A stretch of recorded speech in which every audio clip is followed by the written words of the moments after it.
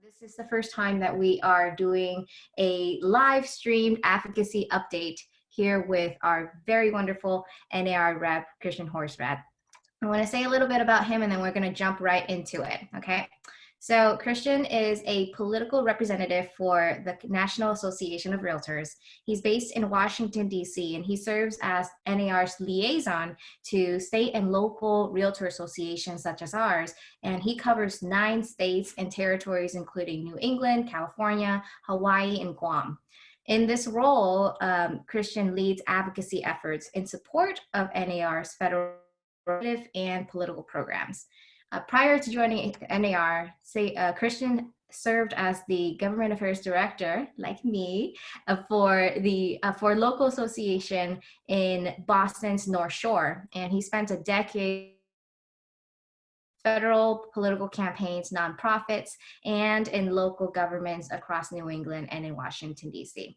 I want to welcome Kristian here today to give us an update on the federal response to the COVID-19 health emergency and also how the National Association of REALTORS is advocating for it. Take it away, Kristian. All right, thanks, Julie. And we're good. Everyone hear me? We good, Julie? Awesome, fantastic. Well, hi again, everybody. So as Julie mentioned, I'm NAR's political representative for California. I'm based here in Washington, D.C. Behind me with this cool little Zoom green screen function. That's the NAR building, the blue building there, and the U.S. Capitol on my left. So we here in D.C., as of Wednesday at 10 p.m., we are now under a similar stay-at-home order that you all have been experiencing. And a similar stay-at-home order is also in effect for Illinois. So as of Wednesday or yesterday, NAR's offices in both Chicago and DC are now physically closed, but all of our are working remotely. So please know that whether you're trying to contact Chicago or DC, NAR staffers are at the ready to help realtors during what obviously is an anxiety-inducing time for most of our members. So first and foremost, you should know that NAR is working around the clock with policymakers here in Washington to ensure that the interests of realtors and their clients are protected in any federal action in response to COVID-19. We focus specifically on advocating for self-employed and small business relief in every emergency package, and will continue to do so as more proposals are considered and come down the pike. NAR, like CAR, has launched a microsite that is serving as a centralized hub for all information and resources available for members during this crisis. And that website is www.nar.realtor/coronavirus. Again, that's nar.realtor/coronavirus. So that's where you can go for all the information and resources that NAR is producing to help our members get through this crisis. So where do things stand in Washington? Last week, Congress passed the $8 billion Families First Coronavirus Response Act. This legislation, which you probably heard about, not only provided for free COVID-19 testing nationwide, but it also created emergency paid sick and family leave for workers affected by COVID-19, including those who are self-employed. So the most important thing to take from that piece of legislation for realtors is that the legislation created a 100% refundable tax credit designed to provide a dollar-for-dollar offset for small businesses and independent contractors related to the new paid sick and family leave program. So that was the big piece that NAR focused on in that particular piece of legislation. So that was last week, which was known as the phase 2 piece of legislation. Phase 3 that Congress is presently working on is the big bill that folks are hearing about right now. That's the $2 trillion economic stimulus package. This is the largest piece of legislation in American history, and it is about 880 pages long. of it about 24 hours ago. And so NAR and our policy staff, we're still trying to sort of comb through it to make sure that we fully understand kind of what the benefits and programs are that will most impact realtors and your clients. So we're still working on it, and I can give you kind of the highlights that we've pulled thus far, but we're certainly going to be working over the weekend to make sure we cover everything. And at this point in time, it's still a piece of legislation that has not yet been passed. So I'll get to that in a minute, but we are doing our best to make sure that we put everything kind of in summary form so people understand, what resources, benefits, relief is out there to help get everybody through this crisis. So at about midnight on Thursday, the Senate passed this bill known as the CARES Act by unanimous 96-0 unanimous vote. Why was it not 100? There are 100 senators, only 96 voted. Well, one senator has already tested positive for COVID.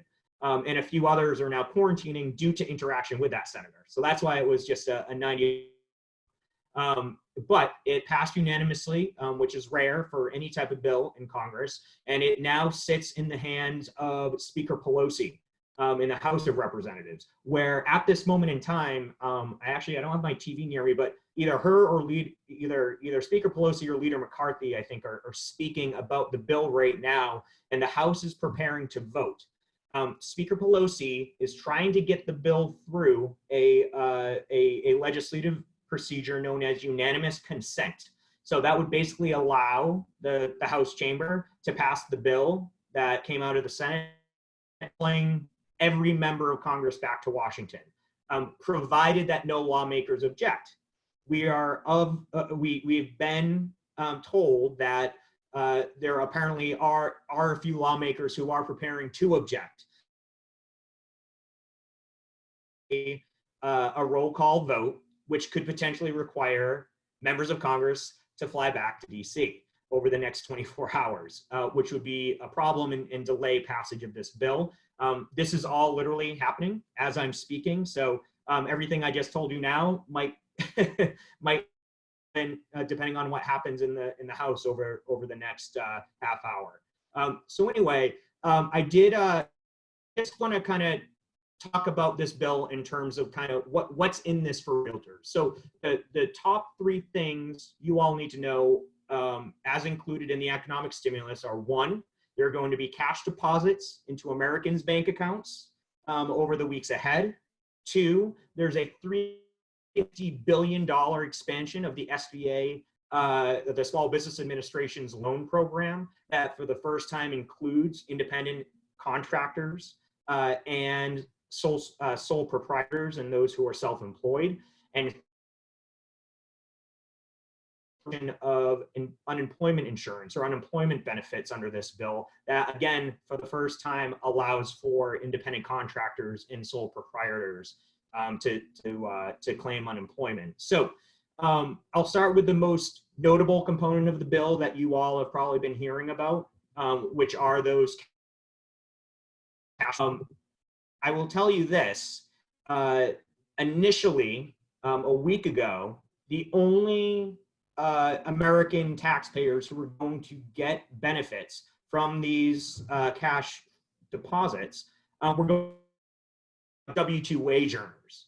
And NAR and industry leaders here in Washington kind of sprung into action and were like, whoa, you're going to start depositing money into people's bank accounts. You've got to include those who file 1099, 1099 filings and those who are independent contractors. Thanks to our efforts here in Washington, we're able to get 1099 filers included. So that was a huge victory for realtors and our industry. So essentially, individuals who in 2018, through their taxes, made $75,000 or below, or $150,000 for couples, are eligible for $1,200 payments for individuals, $2,400 to file jointly, and then an additional $500 for every child under the age of 17. And so, that's that's really the primary, I think, top line piece that is really making the news here. And if in 2018, you got direct deposit, $1,200 or $2,400 will just appear in your bank account. For those who got check payments in the mail, those checks will be going out from Treasury in the weeks ahead as soon as this bill passes. So, so that's the first big piece that affects our membership. Now, probably I would say one of the most important portions of this bill is that second piece, which is the carve out for $150 billion in aid for small businesses, much of which will be through the expansion of this SBA loan program. Now, you should know NAR worked directly with Senator Susan Collins from Maine, who drafted the small business bill on this piece. So I'm not only the political director for California on the West Coast, I also cover the 6 New England states on the East Coast. So Senator Collins is one of the legislators. We were going back and forth with her office over the weekend to make sure that the language included in this economic stimulus bill included independent contractors, sole proprietors, and those who work on commission, to make sure that they would be eligible for this loan relief through what's called the Paycheck Protection Program. And so specifically, this is, not to get too technical, it's administered through the SBA's 7A loan program specifically. I know I'm throwing a lot of terms out. So Julie, I'm going to email you our summary, which kind of clarifies all this. But I'm just trying to kind of give you the view of kind of how this all fits in to this expansion. So simply put though, like what does that mean for realtors? $350 billion in SBA expansion. Businesses with 500 employees or less, including sole proprietors, independent contractors, they are now eligible for these SBA 7A loans in response to the COVID crisis for the period of February 15th through June 30th. The amount will be based on average salary expenditures for that period in 2019, up to $10 million. So again, independent contractors are eligible for this. What can these loans be used for in the meantime? They can be used for payroll. They can be including for independent contractors and employees who work on commission. They can be used for rent, mortgage interest payments, utilities, etc. And then all or a portion of these loans, and this was the important piece we fought for, all or a portion of the loans will be forgivable for businesses that maintain the same average payroll levels as in the previous year during this crisis. And so then the forgivable amounts phase out as employers lower that. So that's a big thing. These loans are now available to independent contractors, and then they also are potentially forgivable in full. So again, that was a big win for our industry and our membership. And then the third piece I just want to touch on, included in the stimulus bill, is the expansion of unemployment benefits. So the federal government has now created what's called the Pandemic Unemployment Assistance Program, which will allow for up to 39 weeks of unemployment insurance. And that does now include independent contractors and sole proprietors, which has not always been the case with regard to unemployment benefits. It also allows for a possible extension of those benefits if necessary. So these benefits will vary based on individual, but I do want to emphasize most of the states will administer these benefits like through their own labor departments. So in California, I think it's the Employment Development Department where people will have to go to file for unemployment benefits.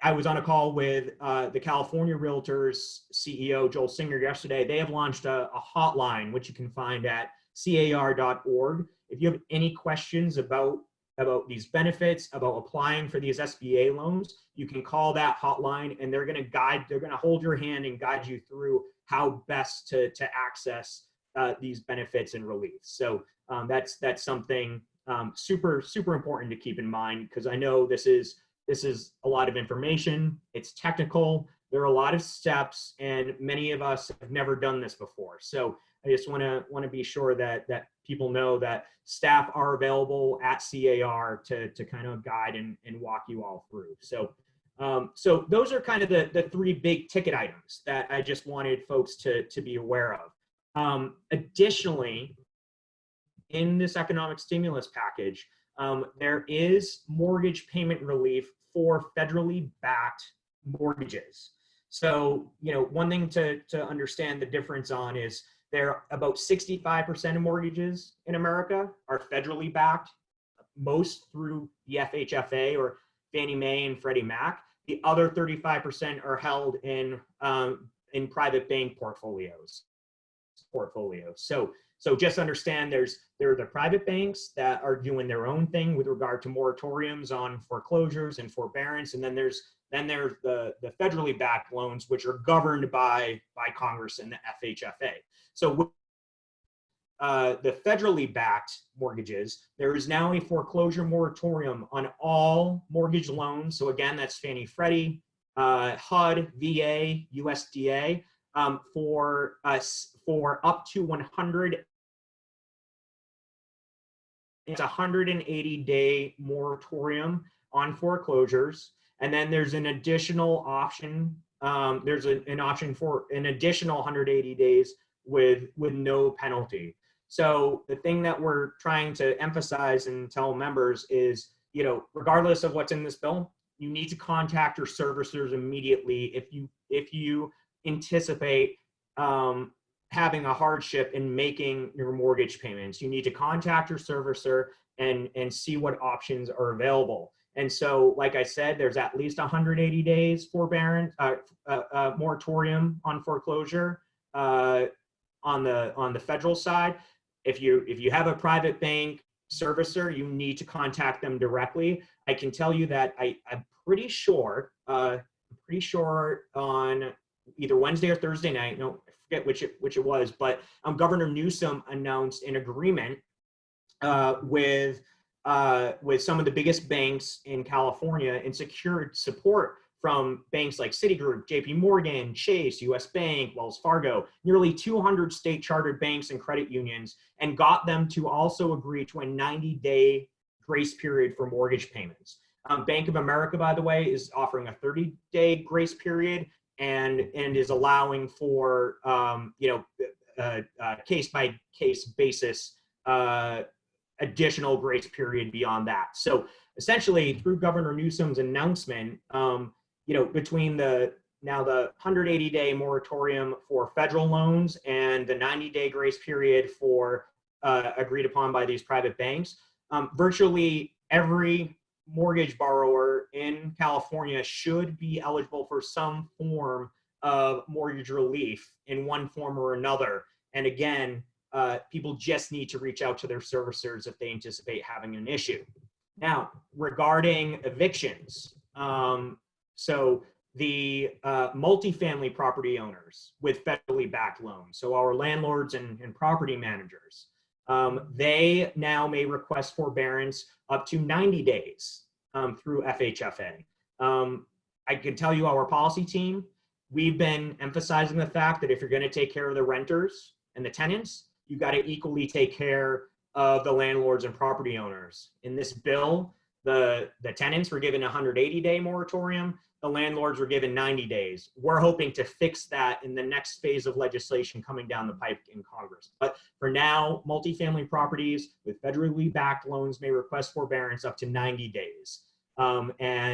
Essentially, there is also a freeze on evictions for 120 days on properties with federally backed mortgages, which again include any property that has a federal mortgage through Fannie Mae, Freddie Mac, the VA, and the Rural Housing Voucher Program through the USDA.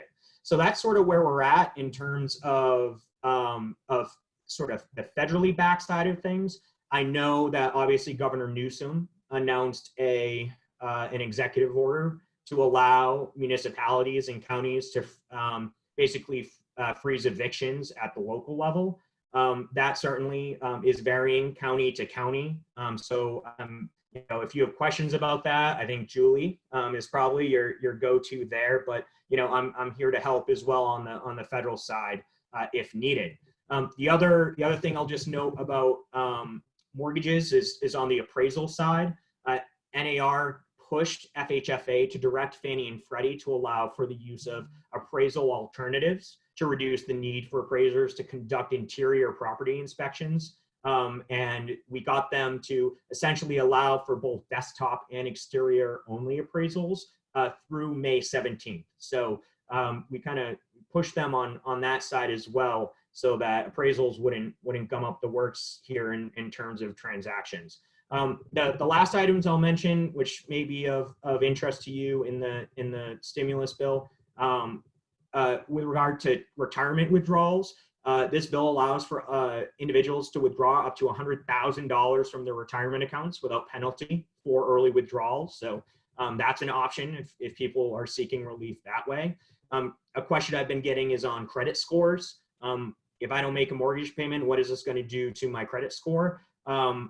The current stimulus bill prohibits federal agencies from sending out negative credit reporting for up to 180 days after the national emergency ends. So there's basically a freeze on any negative reporting now, and then 120 days after the end of the emergency.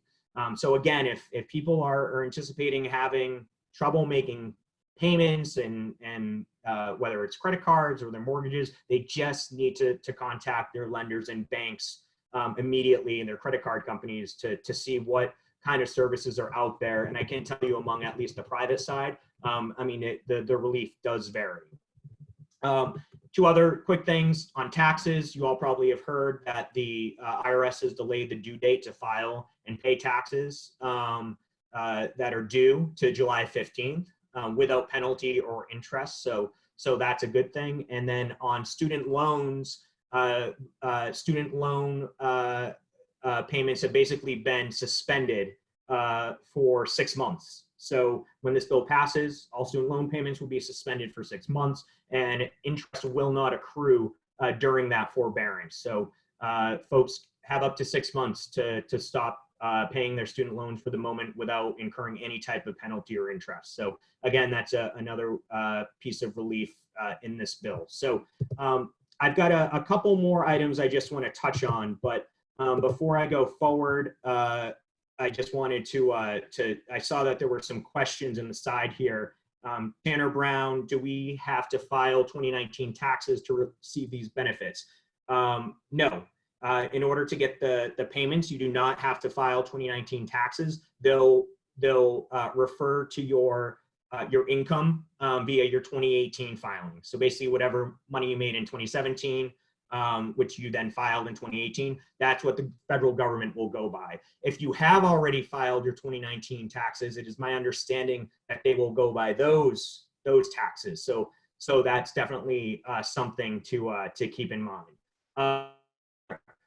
Ryan, in regards to private banks, after that 90-day grace period, can credit scores be affected? I think it's going to depend on the private bank. Basically, what the governor did was it gave consumers a shot here of being able to avoid any type of negative reporting on their credit scores. I would have to imagine these banks, obviously, if they were willing to agree to that 90-day grace period, I'm assuming that they're going to provide for some additional relief 90 days. But again, consumers and folks need to reach out to their bank specifically. And our recommendation is people do this as soon as possible to kind of get ahead of it, and keep trying back if they're having, and if their guidance hasn't been released yet in terms of what happens after that 90-day period. So just there's another question: how do you apply for the tax credit? So the tax credit, you don't necessarily have to apply. I am not an accountant for an accountant, but as I understand it, the tax credits are simply available, and your accountant just simply needs to take advantage of them when filing your taxes. And I know many of you do that quarterly. So I would certainly recommend reaching out to an accountant. That said, if you just don't have that much faith in your accountant, feel free to reach out to me directly, and I can connect you with one of our tax policy folks and see if they can provide some guidance on that. So happy to do that. I'll just finish up here, like I said, with just a few other items and advocacy points that we're working on. On the consumer side, with regard to transactions, right now there are 27 states across the country that do not allow for remote online notarization. 23 states do, 27 don't, and that includes California. So what we are trying to do is push legislation that would enact remote online notarization for the period of time during this national emergency. And so essentially it would enact it nationwide for those 27 states until whenever this national emergency ends. And when the national emergency ends, that legislation would sunset to allow the 27 states to then pass longer term legislation that would enact remote online notarization going forward. So for example, in California, there were some bills already introduced in the legislature. The legislation we're pushing at the federal level would enact similar provisions immediately.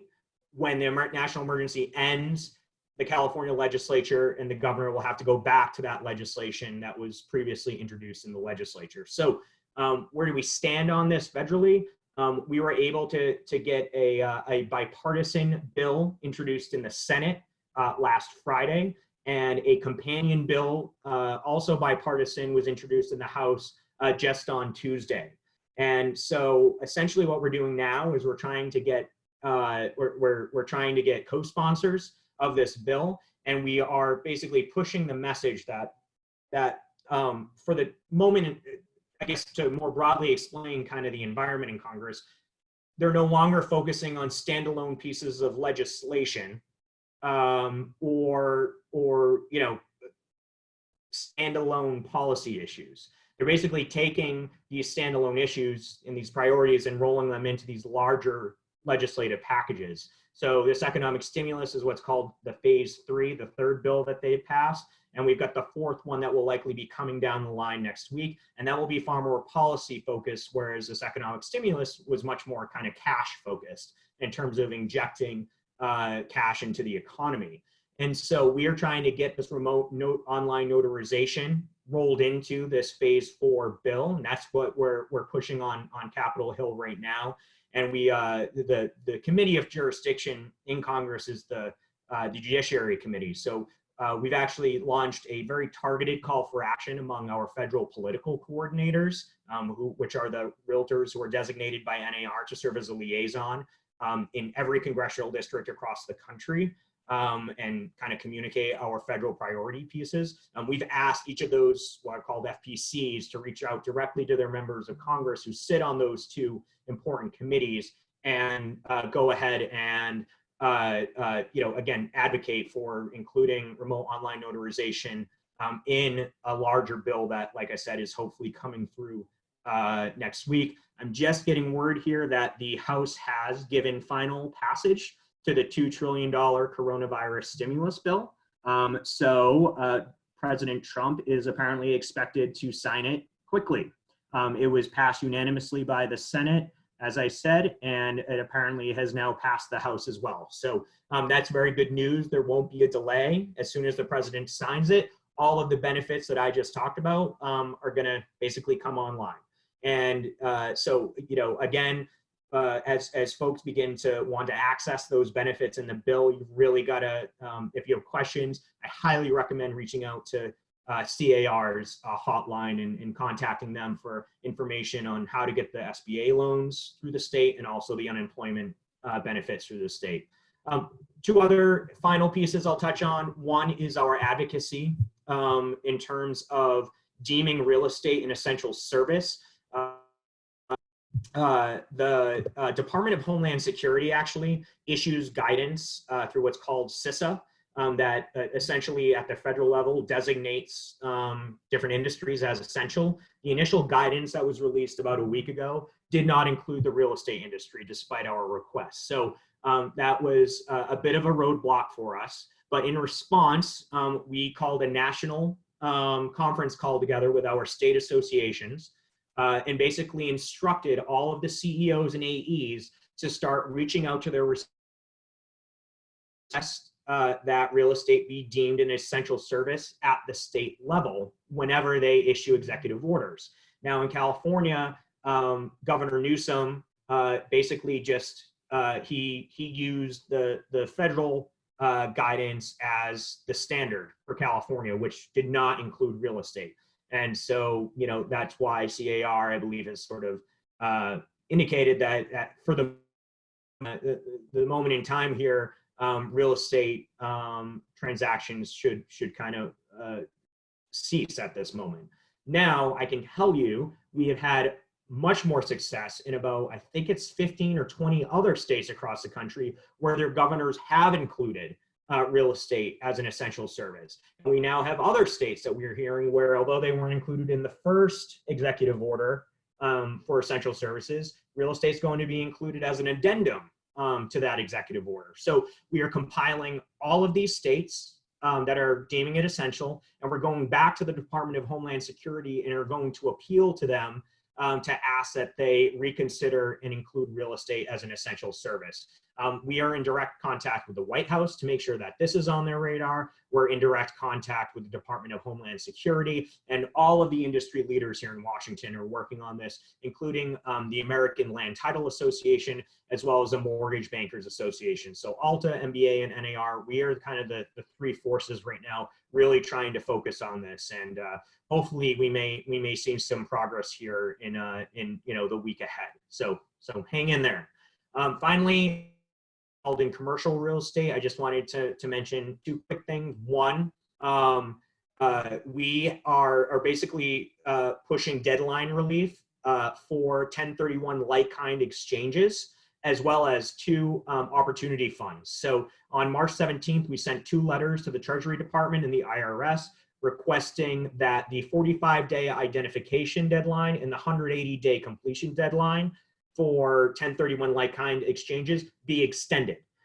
Relief for this program has been provided in the past during presidentially declared disasters. So there's a pretty good chance that the Treasury will do this. We haven't heard back from them yet, but we think that more has to do with the fact that they need to get, you know, $1 trillion. So they got a little bigger fish to fry on their plates at the moment, rather than it being Treasury just doesn't want to do this. So we're continuing to advocate. We're in touch with the Treasury Department, and we're actually targeting the tax writing committees in the Senate and the House right now to get their members who sit on those committees to Treasury as well. So we're working on that. And then the other thing, like I said, we've asked for deadline relief for the 31-month working capital safe harbor for real estate developers engaging in opportunity zones with opportunity funds. So this working capital safe harbor basically is a 31-month period that allows developers to kind of do their thing and work on their developments without fear of penalty. And so, you know, the 31-month kind of window, we're looking for that to get extended. So that's another item we're working on. Final thing, you out from our CEO, Bob Goldberg, yesterday, we have now launched a Right Tools Right Now initiative for all Realtor members across the country in light of the challenges we're all facing right now with COVID-19 and its impact on our industry. Where the Right Tools Right Now initiative, which actually was activated once before in 2009 during the recession. This program will basically make new and existing NAR products and services available for free or at significant discounts. So that's something to definitely check out while perhaps you're unfortunately staying at home and have some freer time than usual. If you go to nar.realtor, you'll see it announced there right on the homepage. And with that, I'm going to stop throwing information at you and take a couple more questions. From Sandy Pfister, how do I advise my client, also an independent contractor with no income? Let's see. Sorry, I've got emails coming in blocking the chat box. It's okay not to pay, but a 10 to 9 days. Let's see. It's okay not to pay mortgage payment, but at the 10, all unpaid mortgage payments are okay.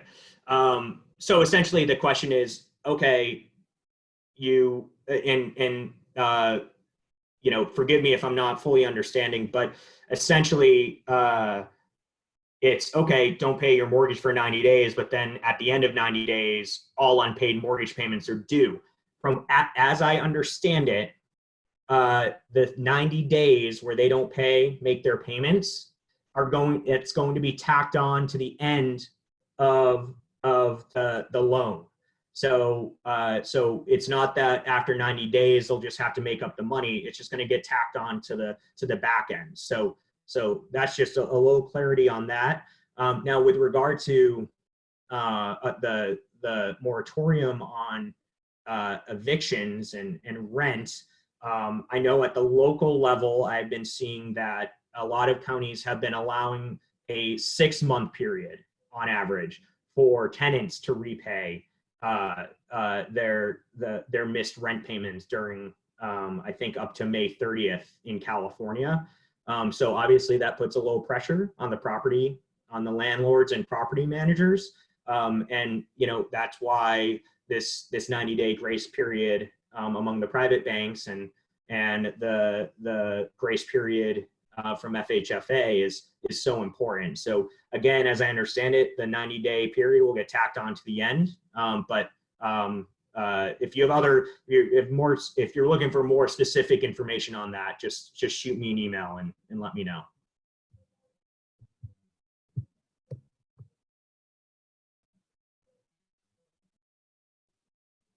Any other questions?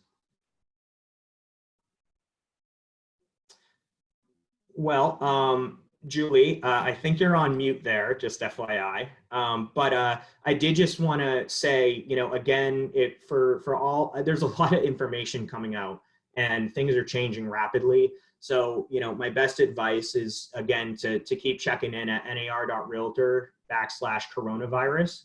But also, I'm going to send a couple resources Julie's way, kind of the key resources that I think would be most useful to all of our members in South Bay. So, you know, the other thing is I'm here as a resource. You know, my normal business hours don't exist anymore. And, you know, I understand how tough this is for everyone out there. You know, I worked at the local level, like Julie, directly with members and realtors.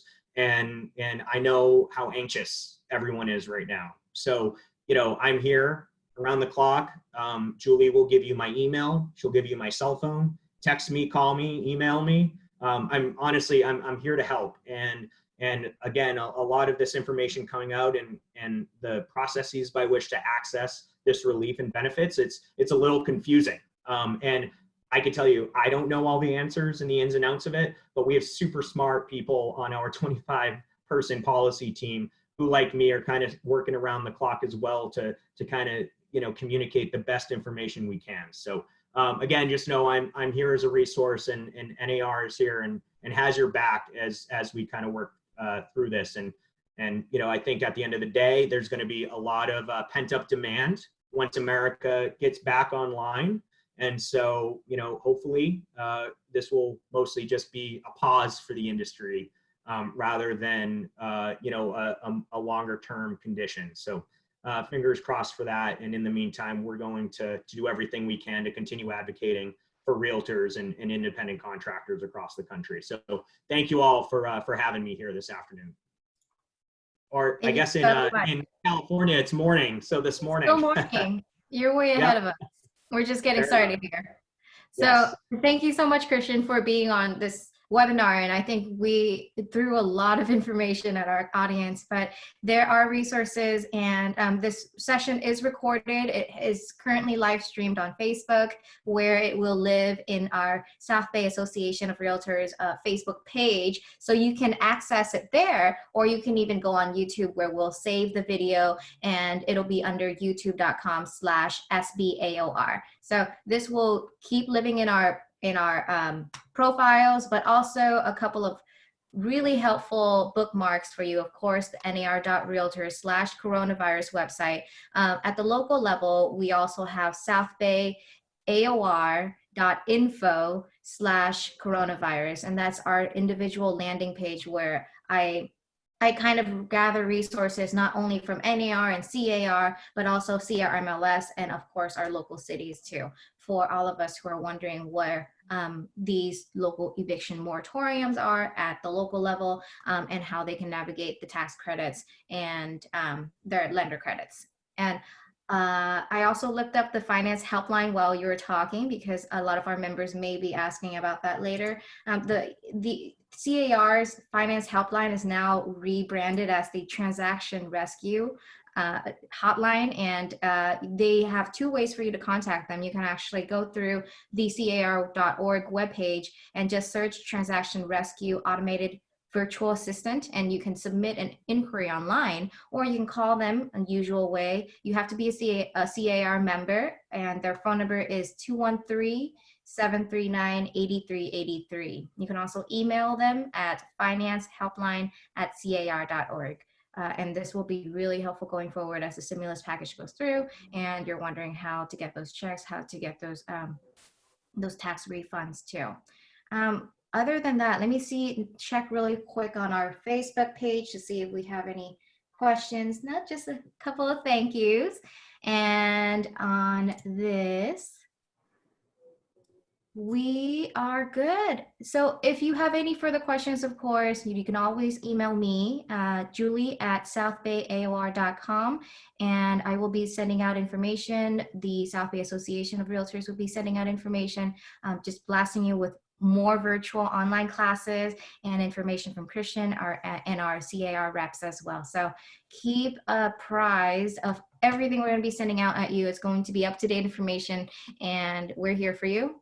We will keep working to make sure that our industry is protected and you have all the tools you need to continue your career as realtors. Thank you, Kristian. Any last words?